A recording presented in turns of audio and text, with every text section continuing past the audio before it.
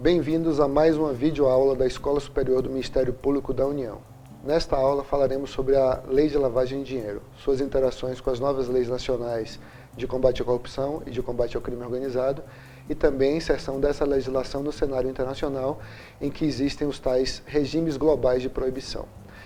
Vamos começar falando sobre o conceito de lavagem de dinheiro. Muita gente imagina que lavar dinheiro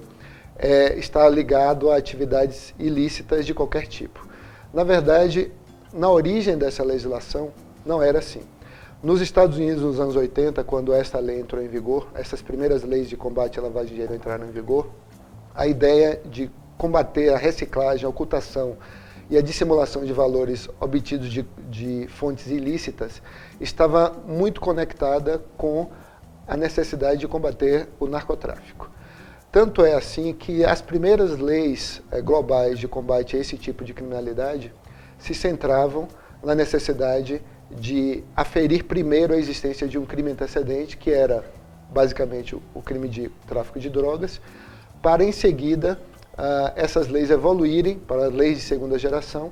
que ampliavam o escopo de proteção jurídica e de incriminação de condutas humanas consideradas antecedentes, de modo a que a lavagem de dinheiro passasse a acontecer sempre que um desses crimes, normalmente listados na própria lei, pudessem ser considerados como condutas antecedentes para, então, a consecução do crime de lavagem de dinheiro.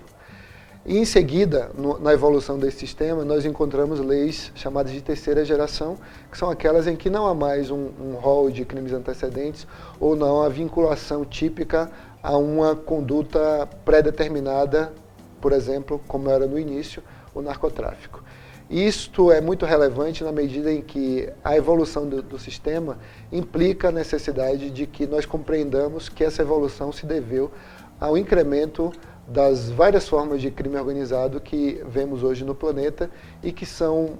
enfrentadas no plano global a partir da Convenção das Nações Unidas contra o Crime Organizado Transnacional, também conhecida como Convenção de Palermo.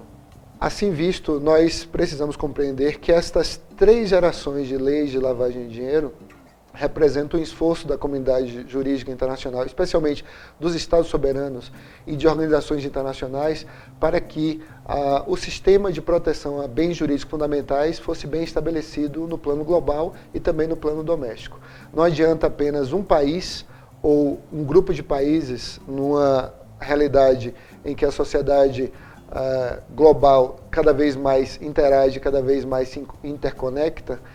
ter sua própria legislação específica diferente das demais. Então, um esforço internacional de harmonização de leis, isso se vê também no campo da luta contra a lavagem de ativos. Isso se refletiu no Brasil, na medida em que, a partir de 1998, nós tivemos a nossa primeira lei de lavagem de dinheiro, e essa lei veio a ser alterada em 2012 pela Lei 2.683, que transformou esta lei, que era para nós uma lei de primeira geração, numa lei de terceira geração. Isso nos faz compreender que há uma ampliação do espaço de inserção desse tipo de legislação, de modo a que os chamados crimes antecedentes estejam cobertos sempre, permitindo que a polícia, o Ministério Público e o Judiciário atinjam as finalidades econômicas que estão por trás das atividades ilícitas, especialmente aquelas ligadas ao crime organizado. Então, para ficar mais claro, as leis de primeira geração enfocavam apenas o combate ao narcotráfico e o proveito obtido com essa conduta ilícita era, então, considerar a sua ocultação, a sua dissimulação, a sua movimentação de algum modo, de forma a iludir o Estado, iludir os controles econômicos, financeiros e os órgãos de controle do Estado, e isso levava a que estas leis de primeira geração fossem leis insuficientes na medida em que enfrentavam apenas o narcotráfico. Nas leis de segunda geração, como eu disse, nós temos um novo panorama em que as leis domésticas prevêem uma lista, um rol de crimes, um rol necessariamente fechado, números clausos, de modo que aquelas condutas listadas na lei quando praticadas e quando delas resultasse algum proveito econômico, alguma vantagem econômica ou economicamente avaliável, esta conduta poderia caracterizar o crime de lavagem de dinheiro se o agente da conduta, de algum modo, dissimulasse ou ocultasse a origem, movimentação, titularidade, etc., desses bens, valores ativos, né, genericamente falando, derivados dessa legislação. Já nas leis de terceira geração, nós não temos uma lista de crimes antecedentes, a lei tem um rol aberto, mas esse rol aberto não é aberto de forma absoluta, na medida em que há crimes que não geram ativos, que não geram valores economicamente avaliáveis ou valores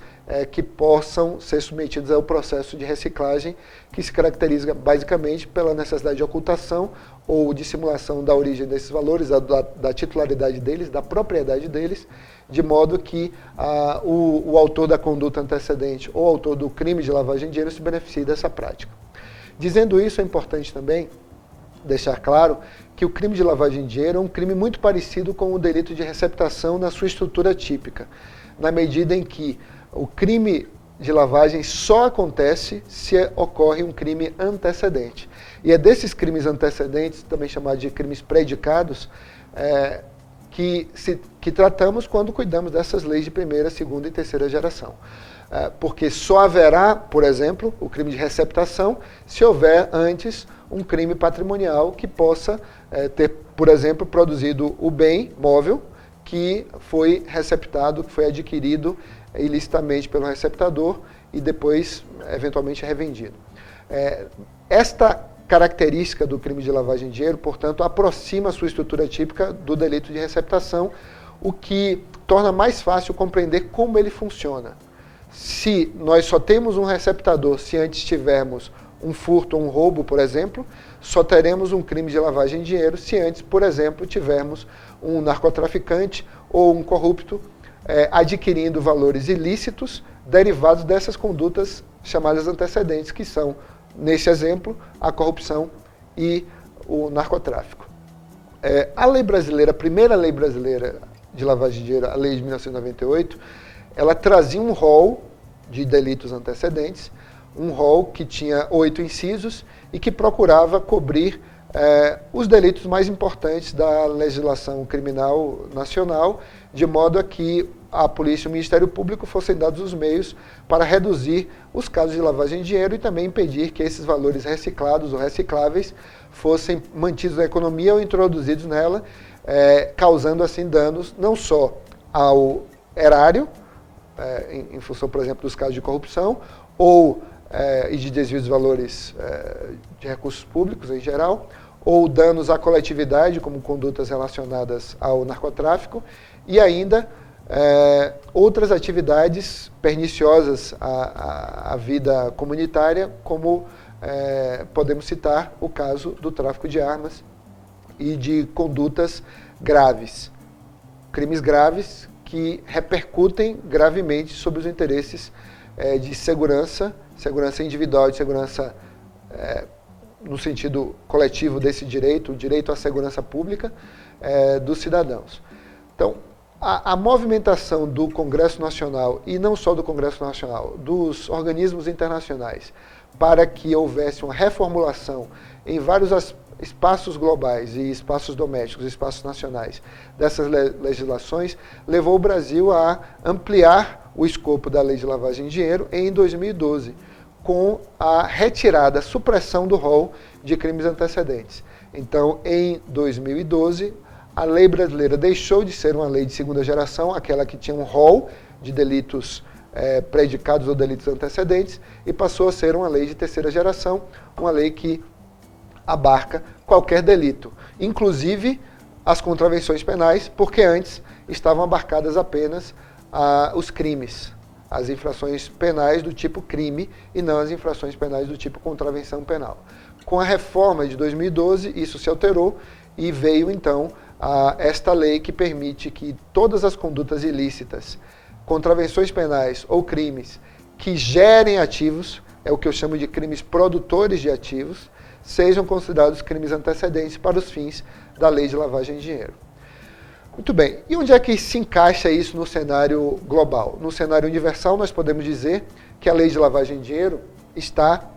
vinculada aos chamados regimes globais de proibição. Se nós imaginarmos esses regimes globais de proibição, veremos que eles tratam, por exemplo, da proibição em plano universal do tráfico de pessoas, do tráfico de armas, do tráfico de animais silvestres, do tráfico de órgãos para fins de transplante, entre outras condutas. Cuidam também os regimes globais de proibição da sanção, da prevenção e da repressão à corrupção e do cibercrime, da cibercriminalidade, do terrorismo, mas também da lavagem de dinheiro. Então, analisando o cenário dos tratados internacionais, vocês verão que há um conjunto de tratados que se destina, por exemplo, à criminalização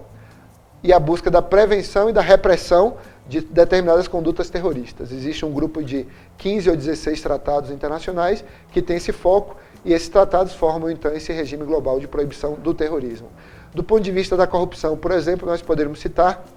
a Convenção Interamericana contra a Corrupção, Convenção de Caracas, na Venezuela, que é uma convenção que vale para os países membros da Organização dos Estados Americanos, que desde os anos 90 procura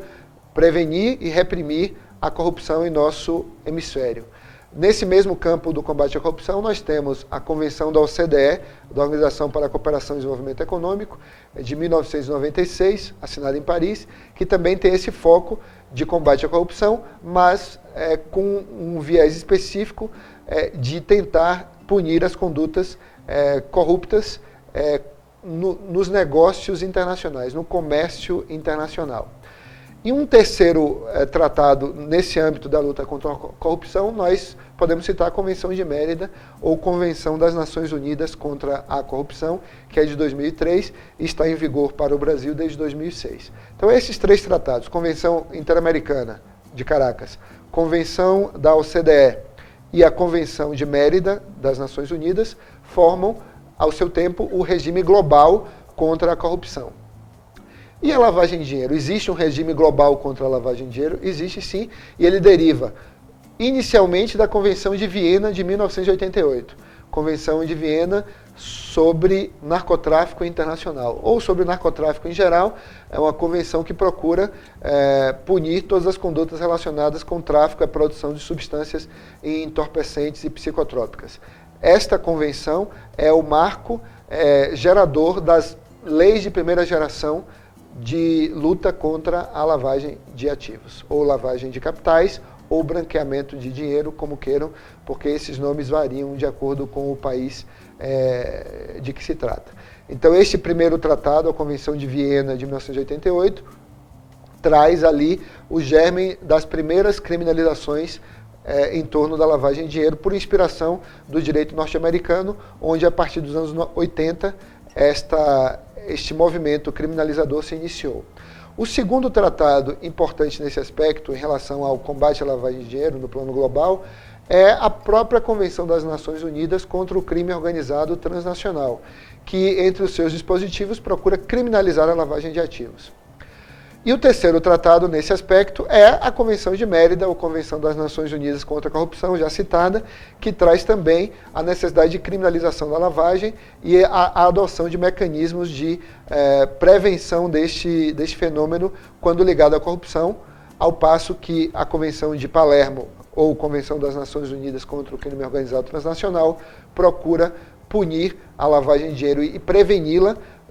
quando esta está relacionada a outras práticas de delinquência criminosa organizada, especialmente a delinquência transnacional. A esses tratados internacionais, que são hard law, ou direito impositivo, são regras que têm que ser cumpridas pelos Estados signatários, nós temos um conjunto de normas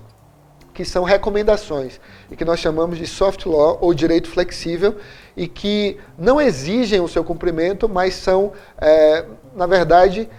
inspirações ou são estímulos da comunidade global, especialmente do Grupo de Ação Financeira Internacional para o Combate à Lavagem de Dinheiro, que é um organismo internacional que gravita em torno da OCDE e que foi criado